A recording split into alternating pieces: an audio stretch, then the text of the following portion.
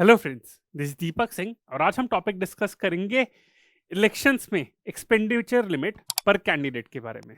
ये टॉपिक हम क्यों डिस्कस कर रहे हैं?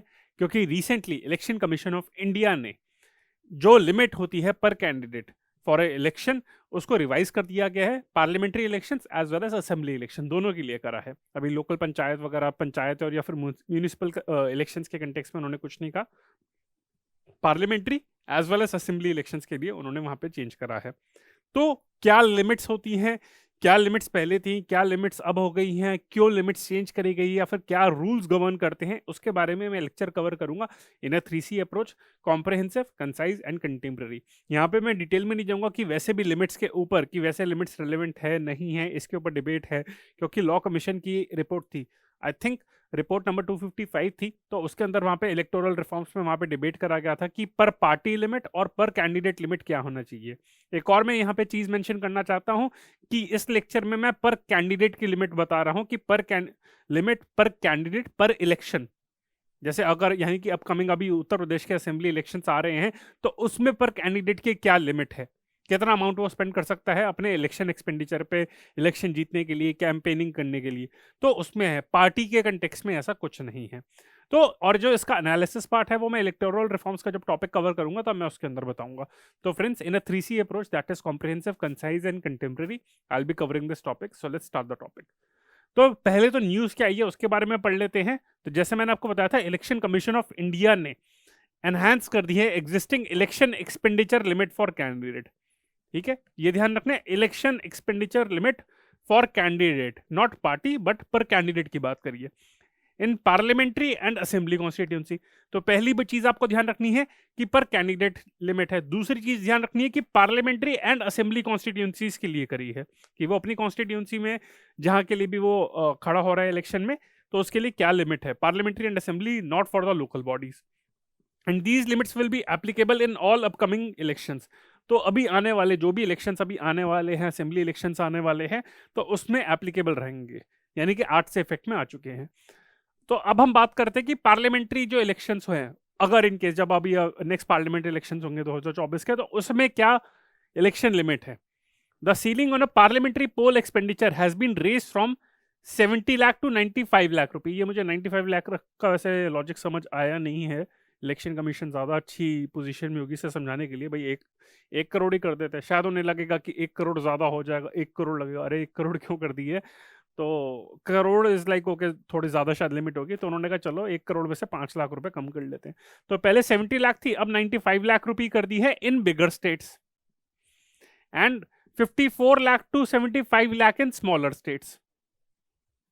वैसे इसमें कैसे इलेक्शन लड़ेंगे पता ही है आपको, तो बहुत मुश्किल होगा। इसी वजह से एक होता है कि वहां पे आपकी जो ब्लैक मनी करप्शन होती है वहां पे इसी में होते हैं, वो उसको हम अलग से डिबेट करेंगे। तो बिगर स्टेट्स में आपकी अब लिमिट है 95 लाख रुपीस, पहले थी 70 लाख, पहले 70 लाख थी। स्मॉल स्टेट्स में देखा जाए तो अभी प्रेजेंट लिमिट इंक्रीज कर दी गई है 75 लाख, पहले थी 54 lakh. The bigger states include Maharashtra, Madhya Pradesh, Uttar Pradesh, West Bengal and Karnataka, and the smaller states include आपका गोवा, सिक्किम, अरुणाचल प्रदेश एंड यूटीज। ये आपका हो गया। तो ये आपकी हो गई बिगर स्टेट्स हो गई, ये आपकी स्मॉलर स्टेट्स हो गई। The ceiling on poll expenditure in UT of Jammu and Kashmir has also been increase to 95 lakhs। तो जम्मू एंड कश्मीर के केस में उन्होंने कह दिया है कि वहां पे भी एक्सेप्शन है, तो 95 लाख रुपए जैसे आपका बिगर स्टेट्स हो गया, महाराष्ट्र, मध्य प्रदेश, उत्तर प्रदेश, वेस्ट बंगाल, कर्नाटका जैसी स्टेट्स हो गई। तो ये आपका हो गया पार्लियामेंट इलेक्शन में, पार्लियामेंट्री इलेक्शंस जो होते हैं वहां पे आपका पर कॉन्स्टिट्यूंसी आपका क्या आपका एक्सपेंडिचर की लिमिट है, अगर ब्रीच करेंगे तो वो अलाउड नहीं है। अब हम बात करते हैं असेंबली पोल्स में। तो पार्लियामेंट्री पोल्स में भी वहां पे एक की लार्जर स्टेट्स और स्मॉलर स्टेट्स के बीच में डिफरेंशिएट करा गया था। लार्जर स्टेट्स के लिए आपका कितना था, 95 लाख रुपीस, और आपका स्मॉलर स्टेट्स के लिए आपका था हाँ, लार्जर स्टेट्स के लिए आपका 95 लाख रुपए था, स्मॉलर स्टेट्स के लिए 75 लाख था, but UT of Jammu and Kashmir के लिए 95 लाख रुपए था। अब असेंबली इलेक्शंस पे आते हैं।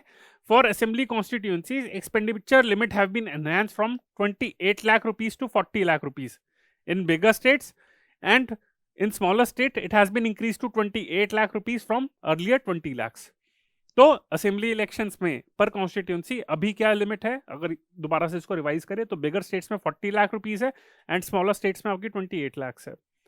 और इसका हम बैकग्राउंड भी देख लेते हैं कि पहली बात तो क्या रूल्स गवर्न करते हैं।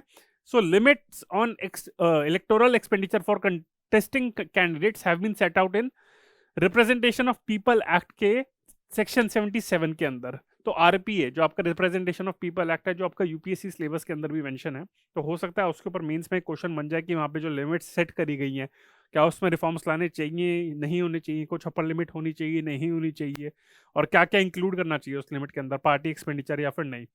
तो रिप्रेजेंटेशन ऑफ पीपल एक्ट के सेक्शन 77 के अंदर एंड इलेक्शन रूल्स ऑफ 1961, ये दोनों गवर्न करते हैं इलेक्शन एक्सपेंडिचर पर कैंडिडेट।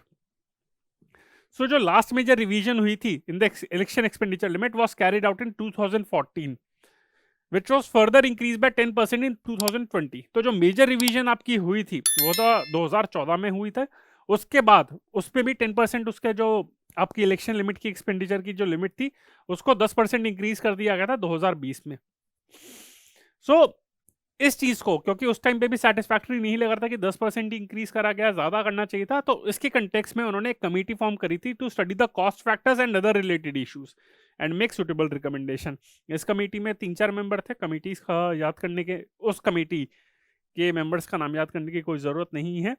तो उस कमेटी ने कुछ रिकमेंडेशन दी थी और रिकमेंडेशन ये थी या फिर रीजन जो रिवीजन का था वो ये था कि there has been a substantial increase in the number of electors, यानी कि जो वोटर्स हैं उनका नंबर बहुत ज्यादा इंक्रीज हो चुका है from 2014 to 2021। That is the number of electors has increase from 834 million in 2014 to 936 million in 2021। That is an increase of 12.23%। तो यानी कि जितने ज्यादा वोटर्स को रीच आउट करना है वो ज्यादा बढ़ गए हैं वहां पे पर कैंडिडेट, तो इस वजह से आपको ज्यादा पैसे लगेंगे। And also there has been rise in cost inflation index. आपका जो कॉस्ट इन्फ्लेशन इंडेक्स है that has increase from 240 in 2014-15 to 317 in 2021-22, which has been increased by 32%, 32.08% to be precise। तो नंबर ऑफ इलेक्टर्स यानी कि जो constituency में लोगों को रीच आउट करना है वो ज्यादा बढ़ गए हैं, साथ में आपका इन्फ्लेशन आपकी बढ़ी है इस चक्कर में। Also it has also factored in the changing modes of campaigning which is gradually shifting to virtual mode. तो आपके वर्चुअल कैंपेनिंग हो रही है, ये भी एक अलग इशू है कि मॉडल कोड ऑफ कंडक्ट के अंदर ऐसे आता है नहीं आता। तो आपका डिजिटल कैंपेन्स भी हो रही है, उसके लिए अलग से पैसा लगता है। तो इन फैक्टर्स को ध्यान में रखते हुए अब आपका उन्होंने रिवीजन करी है। तो लॉन्ग स्टोरी शॉर्ट, आपसे यही पूछा जाएगा इसमें टॉपिक में कि पहली बात तो ये कितनी रिवीजन हो गई है और कौन से रूल्स इसके गवर्न करते हैं। थोड़ा बहुत हुआ तो उन्हें लगेगा कि चलो वो रीजंस के बारे में पूछ ले। जो रिफॉर्म वाला एस्पेक्ट है इलेक्टोरल रिफॉर्म्स का वो मैं अलग से डिस्कस करूंगा इलेक्शन की फाइनेंसिंग के कंटेक्स्ट में, उसमें लॉ कमीशन की रिपोर्ट में पूरी डिस्कस करूंगा। तो फ्रेंड्स, आई होप आपको ये लेक्चर अच्छा लगा हो।